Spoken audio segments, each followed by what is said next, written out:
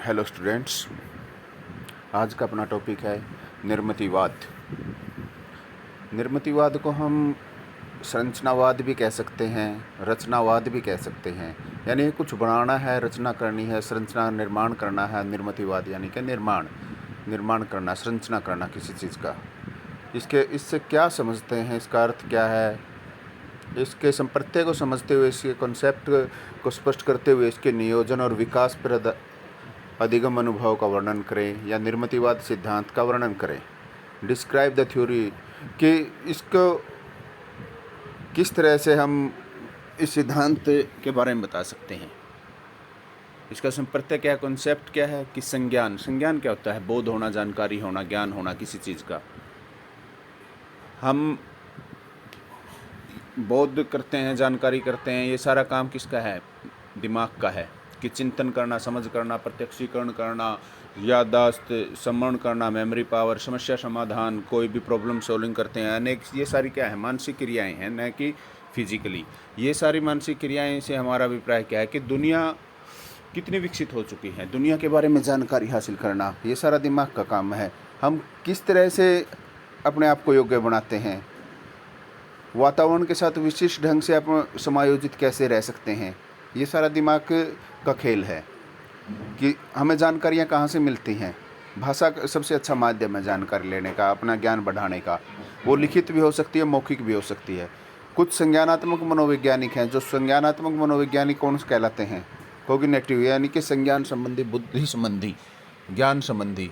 उसको मानव मन को कंप्यूटर की तरह मानते हैं कि मानव मन यानी कि दिमाग, कि मनुष्य का दिमाग, मनुष्य का माइंड है जो, वो एक कंप्यूटर की तरह है।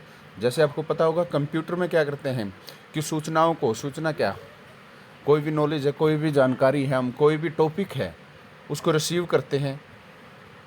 उसको रिसीव करने के बाद उस पर प्रोसेसिंग करते हैं, काम करते हैं, प्रकरण करते हैं, उसका रूपांतरण करते हैं, ट्रांसफ़र करते हैं। एक फाइल को हम दूसरे फाइल में चेंज कर सकते हैं और उसका संचित स्टोर भी कर लेते हैं। उसको एक जगह इकट्ठा कर लेते हैं, संचित कर लेते हैं, अर्जित कर लेते हैं, स्टोर कर लेते हैं। वो स्टोर, जैसे कंप्यूटर, कोई भी फाइल हम कहाँ स्टोर कर सकते हैं?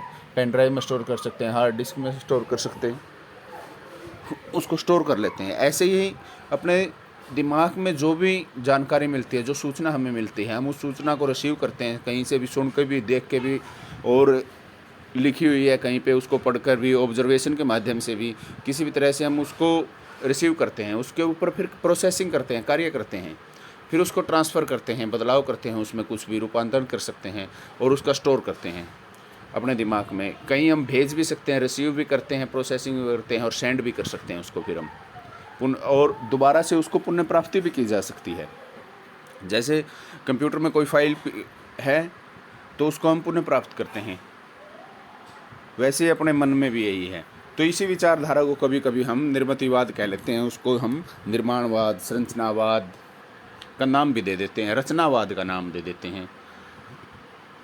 पियाजे का सिद्धांत है जो बाल विकास में, कि मानव मन के विकसित पर निर्मितिपरक सिद्धांत दिया है। पियाजे ने अवस्था का सिद्धांत दिया है कि अपनी अवस्थाएं जब जब चेंज होती रहती हैं, हम शैशवावस्था से बाल्यावस्था में जाते हैं, बाल्यावस्था से किशोरावस्था में जाते हैं, तो हमारे अंदर जो बदलाव आता रहता है, जो अवस्थाओं का में बदलाव आता रहता है, जो हमारी एज में बदलाव आता है, तो हम और ज़्यादा अधिगम ग्रहण करते रहते हैं। और एक अवस्था से दूसरी अवस्था में जाने को उसने स्कीमा का नाम दिया गया है। जो निर्मितिवाद का सिद्धांत है पूर्णतः अवलोकन पर आधारित है, वैज्ञानिक अध्ययनों पर आधारित है। जैसे वैज्ञानिक कुछ भी रिसर्च करते हैं, खोज करते हैं, वो हर चीज़ का ऑब्जर्वेशन करते हैं कि किसी दूसरे वैज्ञानिक ने किस तरह से शोध किया था, उसके ऊपर कैसे काम किया था। इसी तरह निर्मितिवादी भी यही है कि पूरा जो कुछ भी किया जाता है पूरा समझ के किया जाता है। और निर्मितिवादी ये कहते हैं कि जो अपने पूर्व अनुभव हैं उनसे हम नया कुछ सीखते हैं, कि जो अपनी पीके टेस्टिंग करते हैं, प्रीवियस नॉलेज चेक करते हैं, उसके आधार पे हम नया कुछ सीखते हैं। वो इस बात को स्वीकार करते हैं। निर्मितिवादी ये नहीं कहते कि बच्चे को कुछ भी नहीं आता, नहीं, वो ये कहते हैं कि उनको आता है, उन ज्ञान अपने अंदर है, उसको बाहर निकालने की आवश्यकता है। ज्ञान अपने अंदर है, उसको बाहर निकालने की आवश्यकता है। यदि हम बच्चे से बार बार प्रश्न पूछेंगे, बार बार उसको ऐसी सिचुएशन पैदा करेंगे या हम उसको अवसर देंगे तो बच्चा ज़रूर काम करेगा, ज़रूर सीखेगा। यदि हम उसको एक्टिव रखेंगे, सक्रिय रखेंगे तो बच्चा ज़रूर सीखेगा। रिफ्लेक्ट, प्रतिबिंब पर भी विश्वास करते हैं वो, कि यदि विद्यार्थी को ये पता होगा कि उसे कितना ज्ञान है, उसका स्तर क्या है, उसका स्टैंडर्ड क्या है, तो वो और ज़्यादा सीखेगा। यानी कि उसे अपनी नॉलेज होनी चाहिए, सेल्फ एनालाइज उस यदि हम विद्यार्थी को नहीं करवाएंगे तो वो नहीं सीख पाएगा। तो इसलिए ज़रूरी है। अवधारणाएं क्या दी हैं? 3 अवधारणा दी हैं मुख्य रूप से निर्मितिवाद के लिए, कि ज्ञान का निर्माण अधिगम करता है। अधिगम करता कौन? विद्यार्थी, जो सीखने वाला है। भौतिक रूप से करते हैं और सक्रिय रूप से करते हैं। यदि विद्यार्थी सक्रिय है, एक्टिव है, यदि विद्यार्थी एक्टिव है, सक्रिय है, काम में लगा हुआ है, तो वो ज़रूर सीखेगा। और ज्ञान का निर्माण अधिगम करता संकेतात्मक रूप से भी करते हैं, कि जो भी सिंबल है, संकेत हैं, उनसे हम सीखते हैं। हमें कुछ भी दिखाई देता है या हमें सुनाई देता है, कोई भी आवाज़ सुनाई देती है, हम उस आवाज़ को सुन के ये बता सकते हैं कि ये आवाज़ किस पशु पक्षी की है, किस व्यक्ति की है। तो हमें ज्ञान का निर्माण हम संकेतों के माध्यम से भी करते हैं। और ज्ञान का निर्माण तीसरा जो इम्पोर्टेंट है, हम सामाजिक रूप से करते हैं। सामाजिक रूप से कह सकते हैं कि हम किसी के ऑब्जर्वेशन के माध्यम से या नकल के माध्यम से भी हम ज्ञान का निर्माण करते हैं। एक दूसरे से हम सीखते हैं। जब बच्चा क्लास में बैठा है, वो सिर्फ एक अध्यापक से ही नहीं सीखता, वो अपने सहपाठियों से भी सीखता है, अपनी बुक से भी सीखता है, अपने आप से भी सीखता है। तो ज्ञान का निर्माण वो सामाजिक रूप से भी हम करते हैं। जिस समाज में हम रहते हैं वैसे ही अपना ज्ञान का निर्माण होता है। इसके साथ साथ निर्मितिवादियों ने क्या कहा है कि अधिगम डिजाइन बहुत ज़रूरी है। अधिगम डिजाइन, लर्निंग डिजाइन जिसको बोल सकते हैं। डिजाइन क्या होता है? एक रूपरेखा तैयार करनी है, एक प्लानिंग तैयार करनी है। यदि किसी को कुछ पढ़ाना है, उसके लिए हम लेसन प्लान तैयार करते हैं, कि आज मैंने कक्षा में जाकर, एक अध्यापक है वो एक लेसन प्लान तैयार करके कक्षा में आता है, उसको पूरी तरह से तैयार करके, उसके लिए सारे टीचिंग एड्स तैयार करके कक्षा में आता है और उनको पढ़ाता है कि विद्यार्थी आज क्या करेंगे और कैसे करेंगे। अध्यापक का काम क्या है? नियोजन करने का है। अध्यापक का काम क्या है? एक सहायक का है, उनकी समस्या समाधान करवाने का है। पहले के क्या होता था? पहले पारंपरिक जो कक्ष थी उसमें क्या था कि एक अध्यापक एक्टिव रहता था, विद्यार्थी निष्क्रिय रहते थे। अध्यापक उनको सब कुछ तैयार करके देता था, पका पकाया माल तैयार करके देता था, और विद्यार्थी उसको सिर्फ खाने का काम करते थे। पर आज के इसमें निर्मितिवाद की क्या है कि जो कुछ भी है, एक सीखेगा, एक विद्यार्थी सीखेगा, सहायक के रूप में काम करेगा, अध्यापक करेगा। बाल केंद्रित शिक्षा है तो बालक के अनुसार शिक्षा की दी जाएगी। पिछले जो दशक है उसमें अधिक निर्मितिवादी का अधिगम एक उभर कर सामने आया है। अधिगम कि शिक्षा की ओर शिफ्ट कर होता जा रहा है। व्यवहारवादी क्या करते हैं? व्यवहारवाद के अनुसार व्यवहारवादी कहते हैं कि करके सीखना। यदि बच्चा एक्टिव रहेगा, करके वो अपने आप सीख जाएगा। बुद्धि का स्तर, उसका पुनर्बलन का स्तर देखते हैं। निर्मितिवादी इसके आधार पर वो अंत्यक्रियात्मक भी देखते हैं कि अपने आंतरिक रूप से वो कितना इसके लिए तैयार है। हम अपना ज्ञान का निर्माण आंतरिक रूप से करते हैं, न कि बाह्य रूप से। ज्ञान अपने अंदर है, उसको बाहर निकालने की आवश्यकता है, निर्मितिवादी ये कहते हैं।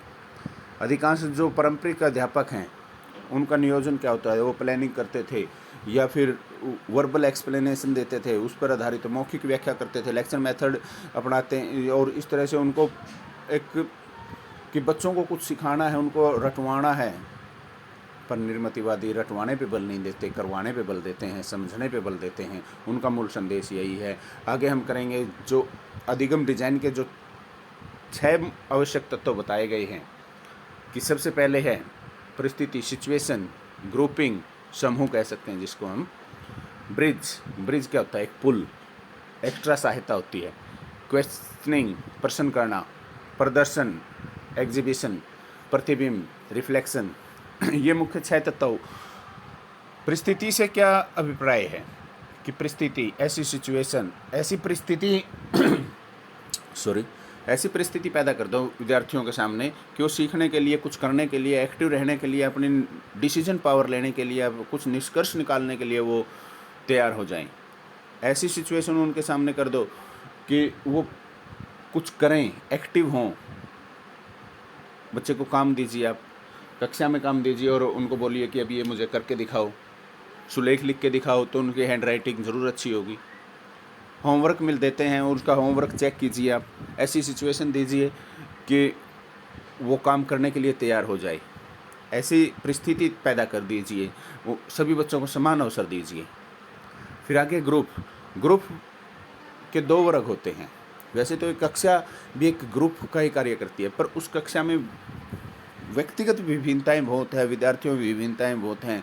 कोई किसी सब्जेक्ट में निपुण है, कोई किसी सब्जेक्ट में निपुण है, तो उनके विचारों के अनुसार, उनकी निपुणता के अनुसार उनके कब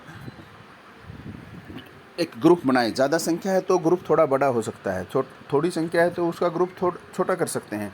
2, 3, 4, 5, 6, 7 इस तरह से ग्रुप बना सकते हैं।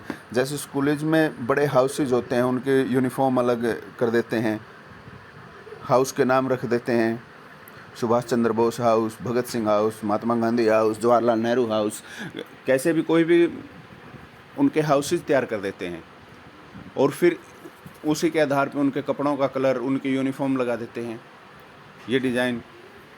इसके साथ साथ हम कक्षा में भी ग्रुपिंग कर सकते हैं कि विद्यार्थियों के इंटरेस्ट के अनुसार, उनके सब्जेक्ट नॉलेज के अनुसार हम ग्रुप तैयार कर सकते हैं। उनकी संख्या के आधार पर कर सकते हैं हम कि जो समान बुद्धि के हैं या प्रतिभावान हैं, उनके आधार पर उनकी ग्रुपिंग की जा सकती है और ग्रुप में एक दूसरे की सहायता करेंगे, एक दूसरे को ज़्यादा सिखाने का अवसर मिलेगा। अब एक विद्यार्थी को हम सिखाएंगे, उसमें ज़्यादा टाइम लगेगा। पूरा ग्रुप एक जैसा है, पूरे ग्रुप में 4 स्टूडेंट हैं, उनको हम सिखाएंगे तो एक समान रूप से उनको सिखा सकते हैं और सभी को समान कार्य भी दिया जा सकता है। यदि कक्षा में सभी को समान कार्य देते रहेंगे तो कुछ तो पिछड़े हुए हैं वो पिछड़ जाएंगे और ज़्यादा, कुछ सामान्य हैं उनके अनुसार काम देंगे या पिछड़े हुए के अनुसार काम देंगे या प्रतिभाशाली विद्यार्थी जो उनके अनुसार काम देंगे, तो ये समझ में नहीं आएगा कि सभी विद्यार्थियों का एक अलग स्तर है, उसके अनुसार उनको काम नहीं दे पाएंगे। इसलिए ग्रुपिंग आवश्यक है। तीसरा इन्होंने तत्व बनाया है निर्मितिवाद ने कि अधिगम डिजाइन का बहुत ही महत्वपूर्ण है। सेतु, ब्रिज, सेतु कह सकते हैं, ब्रिज कह सकते हैं, ब्रिज यानी कि एक पुल। उनको पुल क्या है कि उनकी प्रीवियस नॉलेज चेक करके उनको ज्ञान दिया जाए। बच्चा है कि एडमिशन नहीं लिया है, बच्चा 8 साल का हो गया है, अभी तक पढ़ने नहीं लगा है, पर यह नहीं है कि उसे पढ़ाई के अलावा उसको कोई बुद्धि डेवलप नहीं हुई है। उसे बहुत कुछ पहले भी आ सकता है, हो सकता है उसे किताबी ज्ञान ना हो, एक्स्ट्रा नॉलेज तो उसके पास है, बुद्धि का विकास तो उसका हुआ है, उसकी मैच्योरिटी तो हुई है। उसके आधार पे उसको चेक करके उसको अवसर दिया जाए, उसको बहस करने का अवसर दिया जाए, उसे काम करने का अवसर दिया जाए, तैयारी करने का, उसकी सूची तैयार करने के लिए, कुछ काम करने के लिए उसको बोला जाए, जिससे आधार पे उसके प्रीवियस नॉलेज चेक करके उसका नया ज्ञान उसको दिया जाए। और इसमें यह है कि बच्चे को साथ के साथ तो उसे उस कक्षा का भी जो करिकुलम है, जो सिलेबस है वो सिखाना है, साथ के साथ जो उसका छूट गया है उसके लिए भी एक्स्ट्रा टाइम उसको दिया जाए ताकि वो और सामान्य बच्चों के साथ मिलजुल के कार्य कर सके, उनके साथ समायोजित हो सके। नेक्स्ट है 4th क्वेश्चन, पर्सनिंग कर सकते हैं। पर्सन क्वेश्चन, जितने हम प्रश्न पूछेंगे, जहाँ पर भी क्वेश्चन मार्क लग गया वहाँ पे हमें कुछ सीखने को मिल जाएगा। जैसे हम पूछते हैं क्या, कब, क्यों, कैसे, क्वेश्चन मार्क हो गया, प्रश्नवाचक चिन्ह हो गया, वहीं से हम कुछ ना कुछ सीखेंगे ज़रूर। यानी कि बच्चों को पढ़ाते समय या काम करवाते समय या उनको कुछ ध्यान रखते समय उनके बारे में बार बार प्रश्न पूछते रहो। किसी भी कोई भी टॉपिक है उससे हम प्रश्न पूछते रहेंगे तो बच्चे का ध्यान कहाँ रहेगा, उनका चिंतन कहाँ रहेगा, जो भी टॉपिक है उसके ऊपर ध्यान केंद्रित रहेगा, वहीं पे उनका दिमाग रहेगा। ये नहीं है कि वो फिजिकली तो वहीं है पर मेंटली और कहीं है, ऐसा नहीं होगा यदि हम उनसे बार बार प्रश्न पूछते रहेंगे। इसके बाद है प्रदर्शन, एग्जीबिशन। इसके अंतर्गत विद्यार्थियों क्या है कि बार बार उनको एग्जीबिशन दिखाना चाहिए, प्रदर्शनी लगानी चाहिए, किसी की अभिनय करना, नाटक भूमिका करवाना, कोई रोल दे देना, मॉडल बनाना, उसको कोई चार्ट बनाना, मॉडल तैयार करवाना, उनकी एग्जीबिशन लगाओ, टैब बना कर प्रस्तुत करना, फोटोग्राफी, ऑडियो टेप बनाना आदि शामिल हो, कुछ भी उनसे काम करवाओ और उनके एग्जीबिशन लगाओ कि हम ताजमहल को नहीं दिखा सकते, हम अजंता लोरा की गुफा को वहाँ पे लेके जाएंगे, बहुत ज़्यादा हमारा टाइम भी वेस्ट होगा, मनी भी वेस्ट होगी। तो उसके संबंधित एग्जीबिशन उनको दिखाओ, जिससे कि वो ज़्यादा से ज़्यादा सीखेंगे। लास्ट है परावर्तन या प्रतिबिंब या रिफ्लेक्शन। हम अपनी बाहरी छवि को तो एक शीशे में देख सकते हैं कि आज मैं कितना सुंदर लग रहा हूँ, आज कितना अच्छे से, कि बाहरी छवि को हमने वहाँ पर देख लिया। पर जो अपने अंदर है, अंदर मतलब यानी कि दिमाग में चिंतन कि मुझे आता कितना है, एक आंतरिक छवि क्या है, उसको जांचना, उसको पता लगाना कि आपका स्टैंडर्ड क्या है, आपको आता कितना है, सेल्फ एनालाइज करवाना उसको सिखाना है, आंतरिक वार्तालाप करना उसको सिखाना है कि खुद ही प्रश्न करें, खुद ही उत्तर दें। ये प्रतिबिंब कहलाता है, जिससे कि उसे और ज़्यादा सीखने को मौका मिलेगा, खुद ही आप आत्मविश्वासी होगा, मोटिवेशन उसके अंदर बढ़ेगा, सेल्फ कॉन्फिडेंस उसके अंदर होगा। इन तत्वों के बाद आता है कि मूल्यांकन। कोई भी हम सिखाते हैं, कोई भी टॉपिक हम सिखा रहे हैं, जब तक उसका मूल्यांकन नहीं होगा, असेसमेंट नहीं होगी, तब तक हमें ये नहीं पता होगा कि कितना सीख लिया है विद्यार्थियों ने। मूल्यांकन आवश्यक एक अध्यापक के लिए भी ज़रूरी है और एक विद्यार्थी के लिए भी ज़रूरी है। अब अधिगम डिज़ाइन जो तैयार कर दिया है, उस डिज़ाइन के अनुसार रख के विद्यार्थियों को सिखाया जाएगा, पढ़ाया जाएगा, पर उसका रिजल्ट नहीं देखा जाएगा तो उस अधिगम डिज़ाइन का कोई फ़ायदा नहीं होगा, उसका कोई लाभ नहीं होगा। तो इसलिए उसका मूल्यांकन करें, ऑब्जर्वेशन के माध्यम से करें, परीक्षा के माध्यम से करें,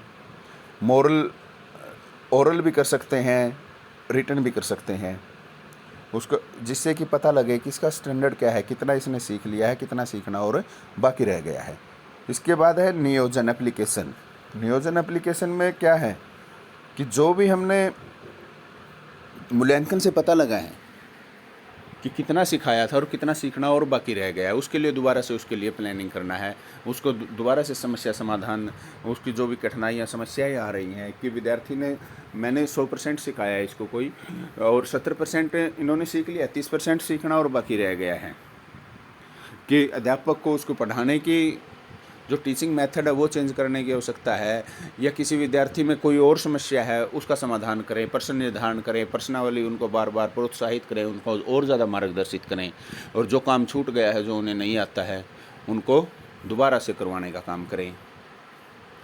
तो ये थी इसके अधिगम डिजाइन, मूल्यांकन और नियोजन। अधिगम निर्मितिवाद है क्या, इसकी पूछे जा सकती हैं कि इसकी विशेषताएं क्या हैं, इसकी उपयोगिता क्या है, इसके लाभ क्या हैं। तो ये सारी इसकी विशेषताएं, उपयोगिताएं आ जाती हैं। कोई भी अधिगम से संबंधित कोई भी सिद्धांत आ जाता है तो सबसे मुख्य 4-5 विशेषताएं सबके अंदर हैं। बुरी आदतों से छुटकारा मिलता है, अच्छी आदतों का निर्माण होता है, नए ज्ञान को पाने में विद्यार्थियों को एक सक्रिय भूमिका निभाते हैं, एक्टिव रहते हैं, उनका चिंतनशील होते हैं, उनके पूर्व ज्ञान परीक्षा के आधार पर नया ज्ञान सीखा जाता है। तो इस तरह के पॉइंट आप किसी भी क्वेश्चन में लिख सकते हैं। वो उसकी विशेषताएं भी होंगी, वो उसकी उपयोगिता भी होंगी, लाभ भी होंगे, महत्व भी होंगे, लिखावट अच्छी करने के लिए, मौखिक अभिव्यक्ति के लिए, डिसिप्लिन बढ़ाने में काम करता है। ये सारी इसकी विशेषताएं हैं। तो आशा करता हूँ आपको ये टॉपिक आज का अच्छे से समझ में आया होगा। किसी को कुछ भी समस्या है तो आप कमेंट्स के माध्यम से पूछ सकते हैं। धन्यवाद।